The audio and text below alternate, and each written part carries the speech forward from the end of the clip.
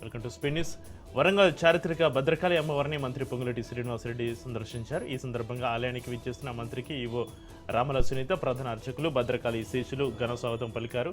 మంత్రి వెంట వరంగల్ పశ్చిమ ఎమ్మెల్యే నాయని రాజేందర్ రెడ్డి, ఎమ్మెల్సీ బసవరాజు సారయ్య, వరంగల్ హన్మకొండ జిల్లాల కలెక్టర్లు డాక్టర్ సత్యశారదాదేవి, చాహత్ బాజ్పేయి ఉన్నారు. ఇక ముందుగా వల్లభ గణపతిని దర్శించుకున్న మంత్రి అనంతరం ఆలయ గర్భాలయంలో అమ్మవారికి ప్రత్యేక పూజలు నిర్వహించి మొక్కులు చెల్లించుకున్నారు. బీజేపీ బీఆర్ఎస్ నేతలపైన ఎమ్మెల్యే ప్రేమ్ సాగర్ రావు తీవ్రస్థాయిలో మండిపడ్డారు. ప్రభుత్వానికి వస్తున్న ప్రజాదరణ చూసి ఓర్వలేకనే ప్రతిపక్ష నాయకులు తప్పుడు ఆరోపణలు చేస్తున్నారని మాయమాటలు చెబితే ప్రజలు నమ్మరని ఆయన విమర్శించారు. కాంగ్రెస్ను మళ్లీ అధికారంలోకి తీసుకొస్తామని, అభివృద్ధి సంక్షేమంలో మంచిర్యాలను రాష్ట్రంలోనే ముందు వరుసలో నిలుపుతామని స్పష్టం చేశారు.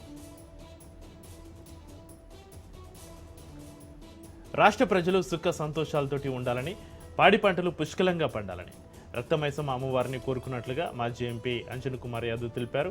జాంబాగ్లో కాంగ్రెస్ నాయకుడు ధనరాజ్ ఆధ్వర్యంలో రక్తమైసమ్మ ఆలయం వద్ద నిర్వహించిన అమ్మవారి పలహారం బండి ఊరేగింపు కార్యక్రమంలో మాజీ మంత్రి తలసాని శ్రీనివాస్ యాదవ్తో కలిసి ఆయన పాల్గొన్నారు. బాణాల పండుగ తెలంగాణ సంస్కృతి సాంప్రదాయాలకు ప్రతీక అని ప్రజలంతా భక్తి శ్రద్ధలతోటి అమ్మవారిని కొలుస్తూ ఈ పండుగను ఘనంగా జరుపుకుంటున్నారని అంజన్ కుమార్ యాదవ్ అన్నారు. ఉమ్మడి పశ్చిమ గోదావరి జిల్లా ఆకివీడు భీమవరం రోడ్డులో ప్రభుత్వం స్వాధీనం చేసుకున్న 2.32 సెంట్ల R&B స్థలాన్ని Undi MLA, assembly deputy speaker Raghu Rama Krishna Raju పరిశీలించారు. ఈ స్థలాన్ని ఆక్రమించుకుని నిర్మించిన ఇళ్లను వెంటనే తొలగించాలని ఆయన అధికారులను ఆదేశించారు. త్వరలోనే ఈ స్థలంలో మున్సిపల్ కార్యాలయం, సబ్ రిజిస్టర్ ఆఫీసు నిర్మాణానికి శంకుస్థాపన చేస్తామని తెలిపారు. అనంతరం ఆయన పెద్దపేటలో నిర్మాణంలో ఉన్న రామాలయాన్ని పరిశీలించి ప్రత్యేక పూజలు నిర్వహించారు.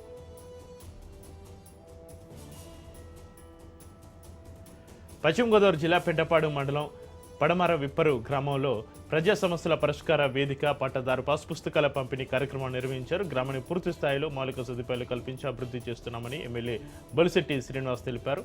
రోడ్ల సమస్యలు, లీకేజీలు వంటి ఇబ్బందికర అంశాలను తక్షణమే పరిష్కరిస్తున్నామన్నారు. గత వైసీపీ పాలనలో పల్లెల్లో ఆశించిన స్థాయిలో అభివృద్ధి జరగలేదని, కూటమి ప్రభుత్వ అధికారులకు వచ్చాక పంచాయతీరాజ్ వ్యవస్థకు అధిక ప్రాధాన్యత ఇస్తూ గ్రామ స్థాయిలో అభివృద్ధి పనులపైన ప్రత్యేక దృష్టి సారించామని ఆయన తెలిపారు.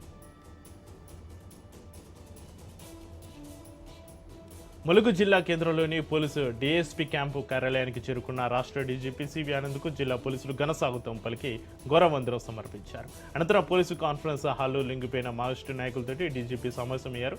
లొంగిపోయిన మావోయిస్టులకు 2 కోట్ల చెక్కులతో పాటుగా హెల్త్ కార్డులను అందజేశారు. దివంగత మావోయిస్టు పోలీసు బ్యూరో సభ్యుడు పటేల్ సుధాకర్ రెడ్డి భార్య మావోయిస్టు కాకర్ల సమత డీజీపీ ఎదుట లొంగిపోగా ఆమెకు 20 లక్షల చెక్కును డీజీపీ స్వయంగా అందజేశారు. ఇక తెలంగాణ పోలీసుల లొంగుబాటు విధానం దేశంలోనే అత్యుత్తమని డీజీపీ అన్నారు. తెలంగాణకు చెందిన మిగిలిన మావోయిస్టులు కూడా ఆయుధాలు వీడి జనజీవన స్రవంతిలో కలవాలని పిలుపునిచ్చారు. మావోయిస్టు ప్రాంతాల అభివృద్ధికి ప్రభుత్వం ప్రత్యేక శ్రద్ధ చూపుతుందని, లొంగిపోయిన వారికి పోలీసులు అన్ని విధాలుగా అండగా ఉంటారని స్పష్టం చేశారు.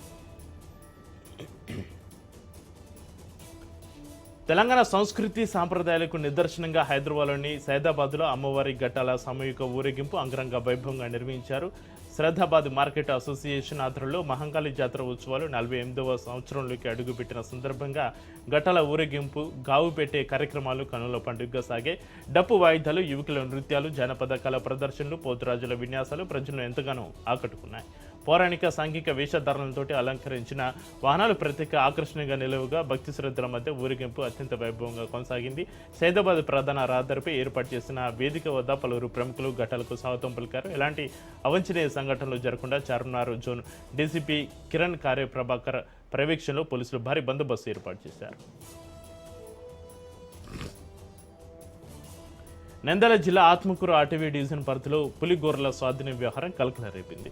ఈ కేసుకు సంబంధించి అటవీ శాఖ అధికారులు అధికారిక ప్రకటన విడుదల చేశారు. విశ్వసనీయ సమాచారంతో నిఘా బృందాలు జరిపిన దాడిలో మోటార్ సైకిల్, పెట్రోల్ బంకులో ప్లాస్టిక్ కవర్లో దాచి ఉంచిన 6 అనుమానాస్పద పులిగోరలను స్వాధీనం చేసుకున్నారు. ఈ సంచలన కేసుకు సంబంధించి వైతిమయ్య అలియాస్ తిమోతి, కుంచుల మల్లికార్జున, కద్రవుల వెంకటేశ్వర్లు అనే 3 నిందితులను అరెస్టు చేసినట్లు project tiger division deputy director తెలిపారు. వన్యప్రాణి వస్తువుల సేకరణ, విక్రయాలకు యత్నించినట్లుగా తెలియడంతో 1972 వన్యప్రాణి సంరక్షణ చట్టం కింద కేసు నమోదు చేశామన్నారు.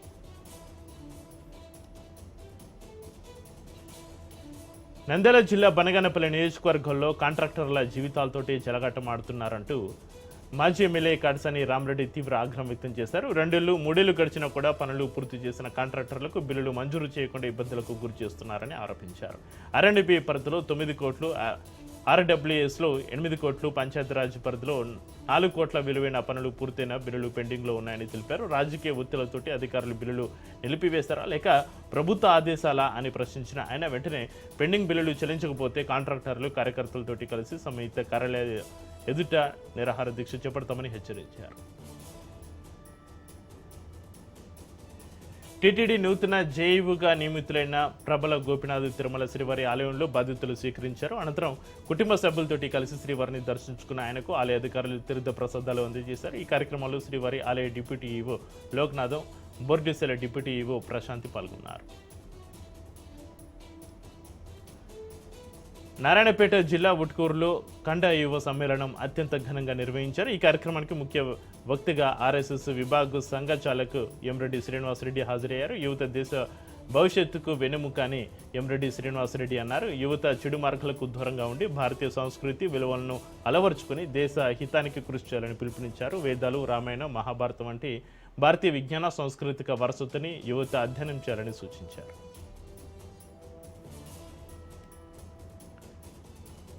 1974లో ఉస్మానియా యూనివర్సిటీలో జన్మించిన అరుణోదయ సాంస్కృతిక సమైక్య శ్రీకాకుళం గోదావరి లోయ ఉద్యమాలతో పాటుగా పలు ప్రజా ఉద్యమాల్లో విప్లవ సాంస్కృతిక ఉద్యమానికి అండగా నిలిచింది. జానపద కళలను ప్రజా ఉద్యమాలుగా మలుస్తూ ప్రజల చైతన్యం తేవడంలో సంస్థ కీలక పాత్ర పోషించింది. తెలంగాణ మలిదశ ఉద్యమంలోనూ సాంస్కృతిక రంగం ద్వారా ప్రజలను జాగృతం చేస్తుందని అరుణోదయ నాయకులు అన్నారు. ఎన్నో కష్ట నష్టాలు, జైలు శిక్షలను ఎదుర్కొంటూ అరుణోదయ ప్రస్థానం 50 ఏళ్లుగా నిర్విరామంగా కొనసాగుతుంది అన్నారు.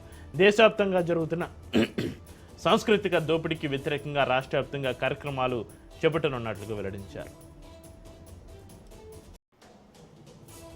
ఖమ్మం జిల్లా వేర తల్లాడ మండల కేంద్రాల్లో వామపక్షాల ఆధ్వర్యంలో జైలు బరో కార్యక్రమం నిర్వహించారు. కేంద్రంలోని బీజేపీ ప్రభుత్వం అవలంబిస్తున్న ప్రజా వ్యతిరేక విధానాలకు నిరసనగా ఈ ఆందోళన చేపట్టారు.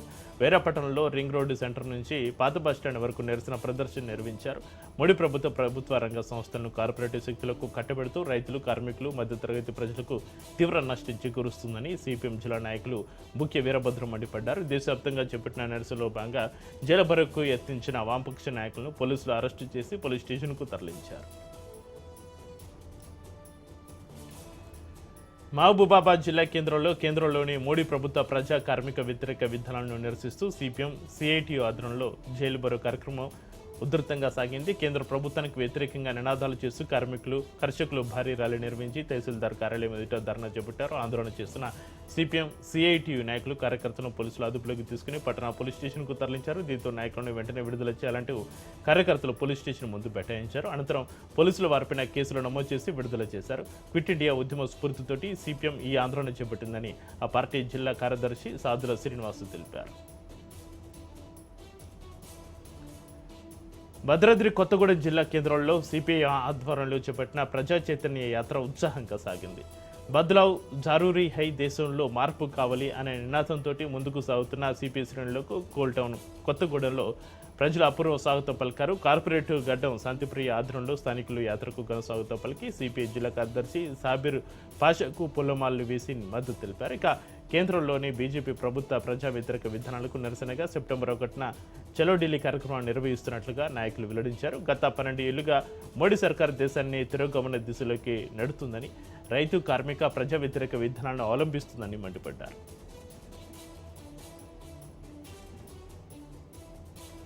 ఖమ్మం జిల్లా కొణిచెర్ల మండలం బస్వాపురంలో ఆర్ఎంపీ వైద్యుడి నిర్లక్ష్యం ప్రాణం తీసింది. ఇక బస్వాపురం కేజీబీబీలో 8వ తరగతి చదువుతున్న చెల్ల హేమశ్రీ జలుబు, జ్వరంతో అనారోగ్యానికి గురి కావడంతో తల్లిదండ్రులు స్థానిక ఆర్ఎంపీ వైద్యుడు సంపత్ వద్దకు తీసుకెళ్లారు. మధ్యలో ఉన్న ఆర్ఎంపీ సంపత్ బాలిక చేతికి క్యానులా ఏర్పాటు చేసి ఇంజెక్షన్ ఇవ్వడంతో ఆమెకు తీవ్ర శ్వాసకోశ సమస్య ఏర్పడింది. వెంటనే కుటుంబ సభ్యులు ఖమ్మంలోని ఒక ప్రైవేట్ ఆసుపత్రికి తరలించగా అప్పటికే బాలిక మృతి చెందినట్లుగా వైద్యులు నిర్ధారించారు. ఆసుపత్రి వద్ద పోలీసులు ఆర్ఎంపీ సంపత్ను బ్రీత్ అనలైజర్ తోటి పరీక్షించగా మద్యం సేవించినట్లుగా తెలిసింది. కూతురు మృతిపైన తండ్రి రమేష్ ఫిర్యాదు మేరకు కేసు నమోదు చేసి దర్యాప్తు చేస్తున్నట్లుగా ఎస్ఐ సూరజ్ తెలిపారు. నిందితుడు పరారులో ఉన్నాడని గాలింపు చేపట్టామని వెల్లడించారు. విద్యార్థిని ఆకస్మిక మృతితోటి బసవాపురంలో విషాద చెలవనుకున్నాయి. నిజామాబాద్ జిల్లా ఆర్మూరులో సంయుక్త కార్మిక సంఘాల ఆధ్వర్యంలో జైల్ బరో కార్యక్రమం నిర్వహించారు. పట్టణంలోని అంగడి బజార్ నుంచి ప్రారంభమైన ర్యాలీ పాత బస్టాండ్, అంబేద్కర్ చౌరస్తు మీదుగా కెనాల్ బ్రిడ్జి వరకు సాగింది. అనంతరం 63వ జాతీయ రహదారిపైన కార్మికులు రాస్తారోకో చేపట్టారు. కేంద్ర ప్రభుత్వం దేశ సంపదను పెట్టుబడిదారులకు దోచిపెడుతుందని సిపిఎం నాయకుడు పల్లెపు వెంకటేష్ విమర్శించారు. పోరాడి సాధించుకున్న కార్మిక చట్టాలను రద్దు చేసి కార్మికులకు నష్టం కలిగించేలా కొత్త కోడ్లను తెచ్చారని మండిపడ్డారు. ఇక పని గంటలకు 8 నుంచి 12 గంటలకు పెంచాలని చూస్తున్నారని, కనీస వేతనాలు, పిఎఫ్, ఈఎస్ఐ వంటి సౌకర్యాలు లేకుండా చేస్తున్నారని ఆరోపించారు. ఇక ఉపాధి హామీ చట్టాన్ని మార్చి రైతాంగాన్ని, కార్మికులను కేంద్ర రాష్ట్ర ప్రభుత్వాలు ఆదుకోవాలని డిమాండ్ చేశారు. ఖమ్మం టౌన్లో కేంద్ర ప్రభుత్వ రైతు కార్మిక వ్యతిరేక విధానాలను నిరసిస్తూ ప్రజా సంఘాలు చేపట్టిన జైలు బరో కార్యక్రమం ఉధృతంగా సాగింది. సిపిఐ, సిపిఎం, సిఐటియు, రైతు వ్యవసాయ కార్మిక సంఘాల ఆధ్వర్యంలో జెడ్పీ సెంటర్ నుంచి ఇల్లెందు క్రాస్ రోడ్డు వరకు భారీ నిరసన ర్యాలీ నిర్వహించారు. కార్పొరేటివ్ శక్తులకు దేశాన్ని అమ్మొద్దంటూ రైతు కార్మిక చట్టాలను రక్షించాలంటూ నినాదాలతోటి ఖమ్మం నగరం మారుమోగింది. చేతుల్లో ఎర్ర జెండాలు, బ్యానర్లు పట్టుకుని పెద్ద సంఖ్యలో తరలివచ్చిన నాయకులు, కార్యకర్తలు, మహిళలు ఈ ఆందోళనలో భాగస్వాములయ్యారు. శాంతియుతంగా ర్యాలీ నిర్వహిస్తున్న నాయకులను పోలీసులు అడ్డుకుని అరెస్టు చేసి టూటౌన్ పోలీస్ స్టేషన్కు తరలించారు.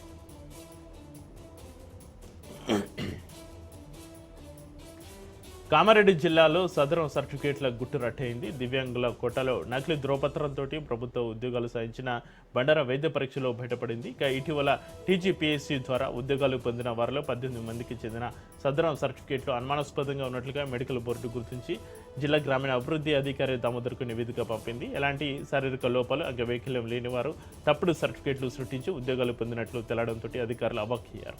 కామారెడ్డితో పాటుగా ఇతర జిల్లాలోని ఈ తరహా ఉద్యోగాలు పొందిన వారి వివరాలను ఆయా జిల్లాల డిఆర్డీఓలకు పంపించారు. నిబంధనలకు విరుద్ధంగా ఉన్న ఆ సర్టిఫికేట్స్ను వెంటనే రద్దు చేయాలని కలెక్టర్ ఆశిష్ సంఘ్వను ఆదేశించినట్లుగా డిఆర్డీఓ దామోదర్ తెలిపారు. ప్రస్తుతం ఈ వ్యవహారంపై విచారణ కొనసాగుతుండటంతో నకిలీ సర్టిఫికేట్లతోటి ఉద్యోగాలు కొట్టిన అభ్యర్థుల్లో గుండెల్లో రైలు పరిగెడుతున్నాయి. హైదరాబాద్ పాదబస్తీ బోనాల ఉత్సవాల్లో భాగంగా చారిత్రక హరిబౌలి శ్రీ అక్కన్న మాదన్న మహంకాళి అమ్మవారి ఘట్టాల ఊరేగింపు అంబారిపైన అత్యంత వైభవంగా ప్రారంభమైంది. అమ్మవారి ఘట్టాల ఊరేగింపును హైదరాబాద్ నగర సిపి విసి సజ్జనర్ జెండా ఊపి ప్రారంభించారు.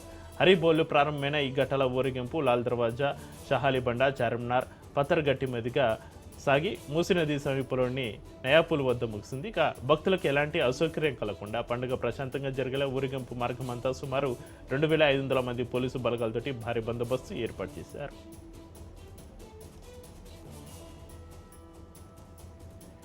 కాకినాడ జిల్లా పిఠాపురంలో ప్రజా సమస్యల పరిష్కారం కోసం డిప్యూటీ సీఎం పవన్ కళ్యాణ్ పాడ కార్యాలయం ద్వారా ప్రత్యేక స్పందన కార్యక్రమాన్ని ఏర్పాటు చేసినప్పటికీ కొన్ని సమస్యలు మాత్రం పరిష్కారానికి నోచుకోవడం లేదనే ఆరోపణలు వస్తున్నాయి. పిఠాపురం మండలానికి చెందిన పోలికల దుర్గారావు అనే వ్యక్తి తన 2 కుమారులు పుట్టుకతోనే వికలాంగులని, కాకినాడ జీజీహెచ్లో 90% అంగవైకల్యం ఉన్నట్లుగా సర్టిఫికేట్ కూడా వచ్చినా పింఛన్ రావడం లేదని వాపోతున్నారు. సచివాలయంలో ఎన్నోసార్లు దరఖాస్తు చేసుకున్న అధికారులు ఎవరు కూడా పట్టించుకోవడం లేదని ఆవేదన వ్యక్తం చేస్తున్నారు. తమ దీనస్థితిని డిప్యూటీ సీఎం పవన్ కళ్యాణ్ దృష్టికి తీసుకెళ్తున్నామని, తమ కుటుంబాన్ని ఆయన ఆదుకోవాలని బాధితుడు కన్నీటి పర్యంతం అవుతున్నాడు. నంద్యాల జిల్లా శ్రీశైలం మల్లికార్జున స్వామి ఆలయంలో వరుణయ్యగ సహిత సహస్ర ఘటాభిషేకం 4వ రోజు అత్యంత భక్తి శ్రద్ధల మధ్య కొనసాగుతుంది. సకాలంలో వర్షాలు కురిసి రాష్ట్రం సస్యశ్యామలంగా ఉండాలని ఆకాంక్షిస్తూ ఆగస్టు 7 నుంచి 11 వరకు 5 రోజుల పాటు ఈ యాగం నిర్వహిస్తున్నారు. ఈ సందర్భంగా శ్రీ స్వామివారికి 1000కి పైగా కలశాలతోటి శాస్త్రోక్తంగా అభిషేకాలు జరిపారు. ఇక పాతాళ గంగా వద్ద కృష్ణవేణి నదీ జలాలను సేకరించి వేద మంత్రాల నడుమ స్వామివారికి అభిషేకాలు నిర్వహించారు. ఘటాభిషేకం పూర్తి వరకు శ్రీ స్వామివారు ఆ జలాల్లోనే ఉండేలా గర్భాలయానికి తాత్కాలికంగా 3 అడుగుల గోడను నిర్మించారు.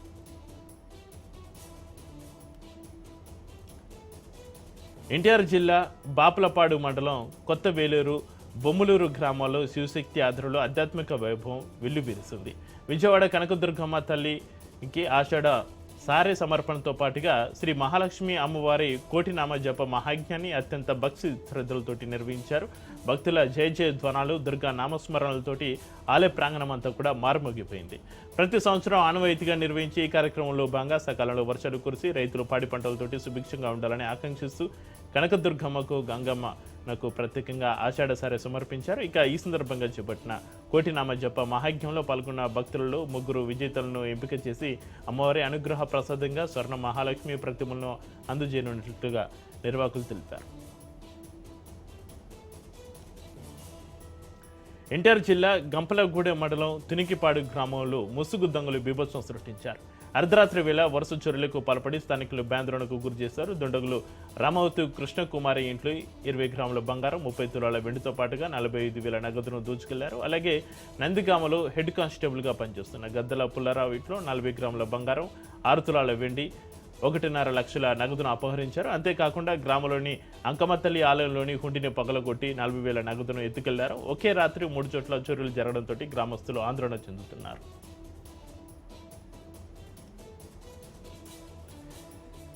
కాకినాడ జిల్లా ప్రతిపాడులో ఏపీ ఫుడ్ కార్పొరేషన్ చైర్మన్ చిత్త విజయ ప్రతాప్ రెడ్డి ఆకస్మిక తనిఖీలు నిర్వహించారు. మొదటగా స్థానిక ఎస్సీ బాలరావు వసతి గృహానికి వెళ్లిన ఆయన విద్యార్థులకు మెనూ ప్రకారం పౌష్టికాహారం అందుతుందా లేదా అన్న అంశంపైన ఆరా తీశారు. అనంతరం వార్డెన్ విద్యార్థులు ఉపాధ్యాయులతోటి మాట్లాడి వసతులపైన వివరాలు అడిగి తెలుసుకున్నారు. అనంతరం తోట వీధిలోని 10-12 నంబర్ల రేషన్ దుకాణాలను పరిశీలించి కార్డుదారులకు నిబంధనల ప్రకారం రేషన్ సరఫరా అవుతుందో లేదో తనిఖీ చేశారు.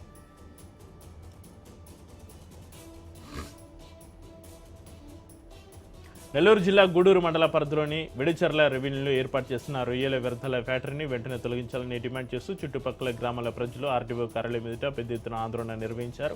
ఫ్యాక్టరీ నుంచి వెలువడుతున్న కాలుష్యంతో తాము తీవ్ర ఇబ్బందులు పడుతున్నామని గ్రామస్తులు ఆవేదన వ్యక్తం చేశారు. పరిశ్రమ నుంచి వస్తున్న వ్యర్థ నీటిని తాకి 3 మూగజీవాలు మృత్యువాత పడుతున్నాయని వాపోయారు. ఇక ఇప్పటికైనా ఉన్నతాధికారులు స్పందించి కాలుష్యానికి కారణమవుతున్న ఆ పరిశ్రమ యాజమాన్యంపైన తక్షణ చర్యలు తీసుకోవాలని వారు గట్టిగా డిమాండ్ చేశారు.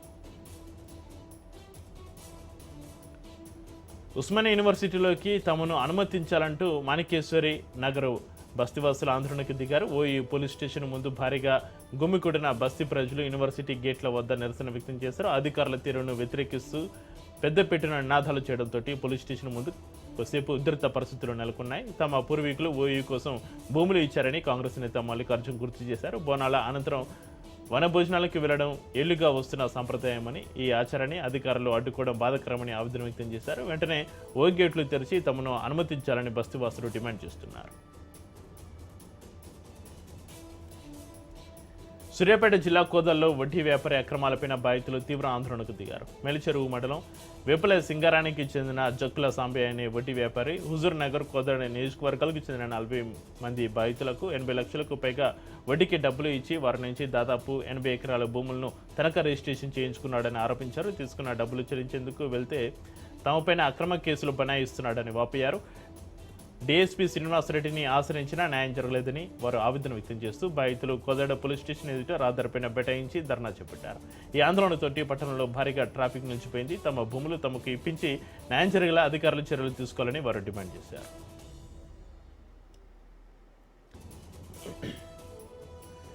బాపట్ల జిల్లా చీరాల మండలం పాత చీరాలకు చెందిన వృద్ధురాలు శేషమ్మ తనకు న్యాయం చేయాలని కోరుతూ జిల్లా కలెక్టర్ను ఆశ్రయించింది. తన చిన్న కుమారుడు వేటపాలెం పోలీస్ స్టేషన్లో కానిస్టేబుల్గా పనిచేస్తున్నాడని, తనకు ఉన్న ఇంటిని తన ఆధీనంలోకి తీసుకుని తనను బయటకు గెంటేశాడని ఆవేదన వ్యక్తం చేసింది. ఇంటి విషయంలో కుమారుడితోటి తలెత్తిన సమస్యపైన పలుమార్లు పోలీస్ స్టేషన్ అధికారులను ఆశ్రయించినా ఎలాంటి న్యాయం జరగలేదని వాపోయింది. వృద్ధాప్యంలో ఇల్లు లేక రోడ్డున పడి తీవ్ర ఇబ్బందులు పడుతున్నారని కన్నీటి పర్యంతమైంది ఆ వృద్ధురాలు. ఇప్పటికైనా అధికారులు స్పందించి తన ఇంటిని తనకు ఇప్పించాలని, బాధ్యులపైన విచారణ జరిపి తగిన న్యాయం చేయాలని జిల్లా కలెక్టర్కు విజ్ఞప్తి చేసింది.